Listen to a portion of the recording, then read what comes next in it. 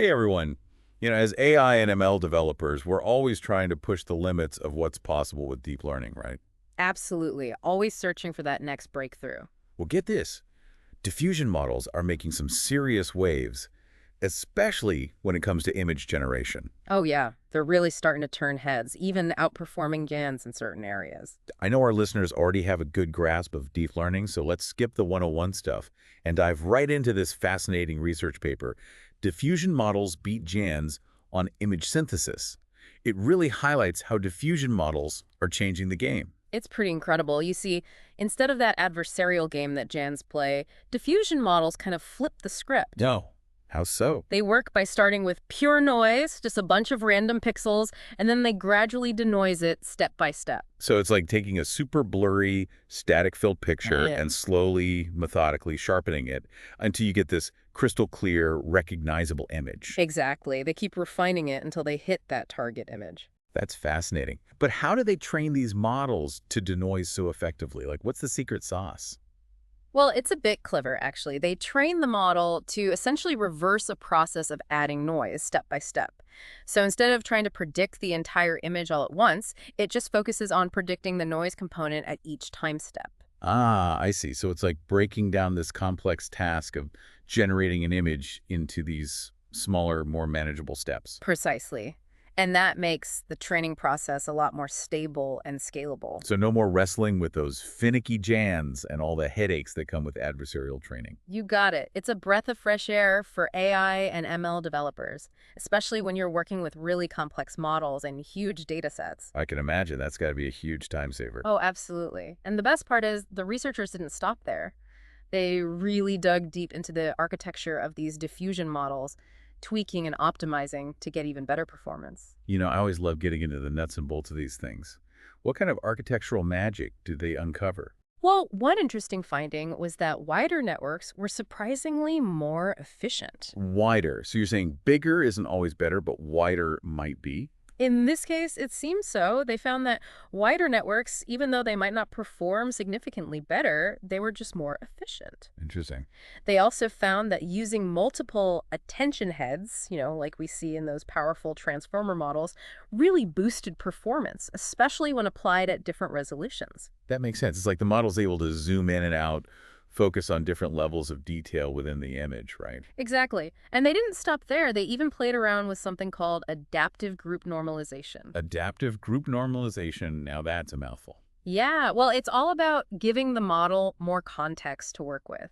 It allows it to dynamically incorporate information about the time step in class, kind of like how conditional GANs work. Ah, so they're borrowing some tricks from the Jan world. Yep, it's all about finding the best of both worlds. So we've got these souped-up diffusion models with all these cool architectural tweaks.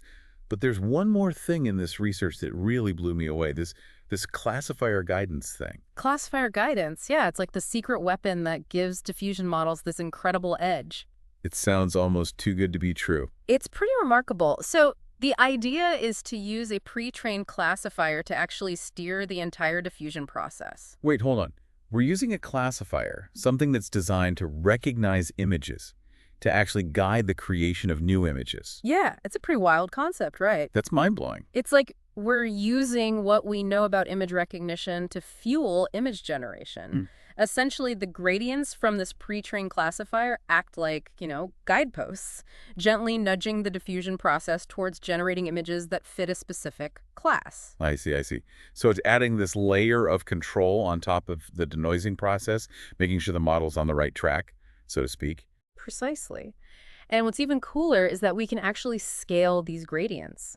It's like having a dial to control how much emphasis we want to put on certain features in the generated image. So instead of just getting these random images, we're getting images that are specifically tailored to what we want. That's the power of classifier guidance. It gives us a level of control that we've never really seen before with things like GANs. That's incredible. And I bet this leads to some seriously impressive results. Oh, you bet it does. But we'll dive into those results after a quick break. I think you'll be particularly interested in how classifier guidance impacts those all-important metrics, the ones that we AI and ML developers are always chasing. All right, sounds good. We'll be back in a flash to break down those results. Stay tuned. So you want to talk results? Let's talk results. With classifier guidance, they saw some pretty remarkable improvements, even beating traditional GANs on datasets like LSUN and ImageNet, which is no small feat. Yeah, those are definitely some heavy hitters in the image world. I remember seeing some of the LSUN bedrooms and being blown away by how realistic they looked. Oh, absolutely. And they measured the quality of these generated images using FID scores, the Fréchet Inception Distance. FID scores, right, right. For those of us who might not be as familiar, could you just give us a quick refresher on what those are all about? Sure, sure. Basically, FID scores measure how closely the generated images match the distribution of real images. So a lower FID score basically means the generated images are more realistic, closer to the real deal. And with classifier guidance, they were getting those scores way down. So lower FID score equals better, more realistic images. Got it. And here's the kicker. They achieve these amazing FID scores with even fewer sampling steps than those traditional diffusion models. Wait, hold on. Fewer sampling steps, so Yeah. less computation time. Exactly. That's what makes this so exciting. Less compute time means we can iterate faster, experiment more, and get results quicker. That's music to my ears. As developers, we're always looking for ways to optimize and streamline our workflows, especially with those resource-hungry deep learning models. Right. It's a win-win. And it's not just about speed. They also found that this classifier guidance helped maintain good coverage of the data distribution. So it's not just generating a small set of really high-quality images, but it's still capturing a wide range of possibilities within the dataset. Precisely. We're getting high fidelity and diversity, which is a pretty tough balance to strike with some generative techniques. It's like having your cake and eating it too, right? High quality and a wide range of possibilities. That's pretty amazing. It speaks to the flexibility and control that classifier guidance offers. We can really fine-tune that generation process to hit that sweet spot between quality and diversity. Now, I know you're also pretty excited about another aspect of this research, exploring all those different architecture configurations.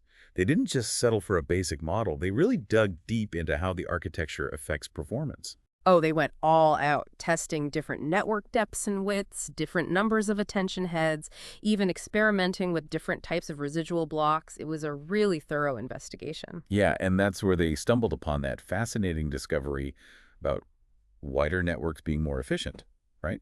Mm-hmm. Kind of counterintuitive. You'd think deeper is always better. You'd think so, but it turns out, at least for these diffusion models, wider seems to be the way to go when it comes to efficiency. And, those powerhouse transformer models we keep hearing about. Well, they found that using multiple attention heads at different resolutions, just like those transformers, really made a difference. It's like the model can see the forest and the trees at the same time, getting that big picture view and those fine-grained detail. It's amazing how these subtle architectural choices can have such a huge impact on the final output. It really is. And you know what else they did? They even tested out that big and residual block. Borrowing a page from the GAN playbook. Exactly. It's like they were taking inspiration from the best of both worlds, pushing the boundaries of what's possible with these diffusion models. I love that spirit of experimentation, that willingness to try new things and see what sticks. But, at the end of the day, it all comes down to results. And one thing that really jumped out at me was their work on upsampling. Ah, yes, upsampling. Generating those high-resolution images can be a real computational beast. Exactly. So finding ways to do it efficiently is crucial. Well, they found that combining upsampling with classifier guidance led to some pretty impressive results, especially on those tough ImageNet datasets. So not just generating any old image, but generating high-quality, high-resolution images without needing a supercomputer to do it. That's what I'm talking about. And they didn't just randomly throw upsampling and classifier guidance together, They really experimented with different combinations and found that applying the guidance at a lower resolution first, before upsampling to that higher resolution, that's what gave them the best results. It's like they're laying the groundwork, setting the stage with the classifier guidance at that lower resolution, giving the model a clear roadmap before it scales things up. It's a smart approach. And what I find really exciting about this research is that it's not just about those state-of-the-art results on benchmark datasets. It's about highlighting the sheer potential of these diffusion models for all sorts of applications. We're not just talking about generating pretty pictures anymore. This is about image editing, enhancement, maybe even video generation. It feels like we're just scratching the surface of what's possible. It feels like a whole new world is opening up with these diffusion models. It's not just about images, is it? Not even close. I mean, we're already seeing these diffusion models popping up in other areas like audio generation. Audio generation, so music, sound effects, things like that. Exactly. And even natural language processing. Wow, so text generation, translation, maybe even chatbots. It's incredible how versatile these models seem to be. It makes you wonder what's next, you know? Where are we going to see diffusion models pop up next week? It's like they've unlocked this new level of creative control that we haven't had before. And it's not just mimicking what's already out there, is it? It Mm. feels like they're actually learning the structure, the essence of the data, and then using that knowledge to create something totally new.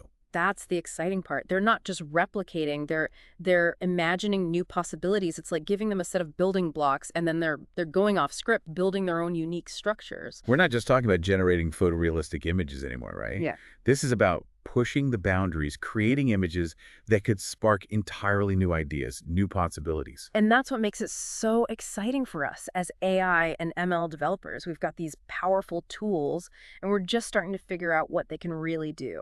It's like we're on the verge of this creative explosion, and I can't wait to see what incredible applications emerge. But, let's bring it back down to earth for a second. Mm. For our listeners who are eager to jump in and start experimenting with these diffusion models, what are some key takeaways? I think first off, you've got to understand the strengths and weaknesses of diffusion models compared to other approaches like GANs, right? Diffusion models, they really shine when it comes to stability, controllability, and getting those high-quality results. And for us developers, the fact that they're relatively easy to train and scale, that's a huge plus. Mm. But of course, there are still some challenges like that computational cost of sampling, even with techniques like DDIM. Yeah, that's true. But there's a ton of research happening in that area, so I'm confident we'll see some breakthroughs there pretty soon. In the meantime, there are already some fantastic resources out there, open source code, tutorials, all sorts of good stuff. So if you're ready to dive in, familiarize yourself with the basics, and then just start experimenting. Try different architectures, play with classifier guidance, upsampling, and don't be afraid to get creative. Apply these models to new, unexpected domains. That's the beauty of this field. It's always evolving, new discoveries happening all the time. Who knows, you might be the one to make that next big breakthrough. Well said. This deep dive has been a whirlwind of information, and I hope it sparks some new ideas for our listeners. It's definitely got me fired up about the future of image generation. Keep learning, keep experimenting, keep pushing the boundaries of what's possible. That's what it's all about. Couldn't have said it better myself. That's a wrap for this deep dive into the world of diffusion models. Thanks for joining us, and we'll see you next time.